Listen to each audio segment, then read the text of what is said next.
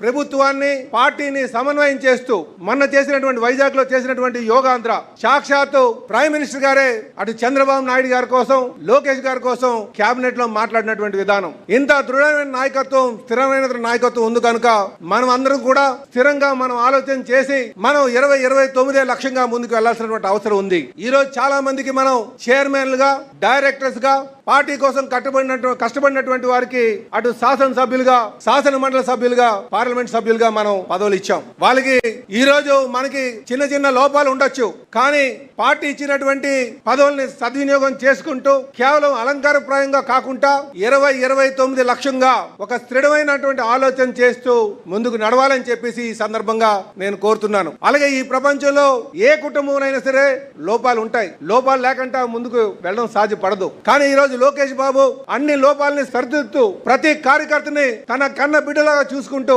ముందుకెళ్తున్నటువంటి తీరు, ఎవరికైనా అన్యాయం జరిగితే ఖచ్చితంగా వాళ్ళ పక్షాన్ని నిల్చొని వారికి సముచిత స్థానం కల్పించే వరకు కూడా మేము ముందుకు వెళ్తామని చెప్పేసి ఈ సందర్భంగా తెలియజేస్తున్నాం. అందుకే మనం 2029 లక్ష్యంగా చేసుకుని ముందుకు వెళ్లాల్సినటువంటి అవసరం ఉంది. ఈ సుపరిపాలనని ఇంకా మనం అందించాల్సినటువంటి అవసరం ఉందని చెప్పి ప్రతి ఒక్కరికి తెలియజేస్తున్నాం. అలాగే మనం మన పార్టీతో పాటు ఎన్డీఏ పార్ట్నర్స్ కూడా ఉన్నారు. ఎన్డీఏ పార్ట్నర్స్ చెప్పాలంటే మనం ఒక పెద్దన్న పాత్ర పోషించాల్సిన అవసరం ఉంది. మనకి సుమారు 1 కోటి కార్యకర్తలు ఉన్నారు, రిజిస్టర్డ్ కార్యకర్తలు. మనం జాతీయ అధ్యక్షులు గారు ఇచ్చినటువంటి ఏ పదవైనా సరే అది ఎన్డీఏ పార్ట్నర్స్ తో కాన్ఫరెంటింగ్ నేచర్ కాకుండా సమన్వయం చేసుకుంటూ మనమే ఒక పెద్దన్న పాత్ర పోషించాలని చెప్పేసి ప్రతి ఒక్కరికి కూడా ఈ వేదిక మీద నుంచి కోరుతున్నాం. కనుక మనం వాళ్ళతో సమన్వయం చేసుకుంటూ వాళ్ళకి అండగా ఉంటూ అలాగే మన కార్యకర్తలు కాపాడుకుంటూ ముందుకు నడవాలని చెప్పేసి ఈ సందర్భంగా మిమ్మల్ని అందరినీ కోరుతున్నాం.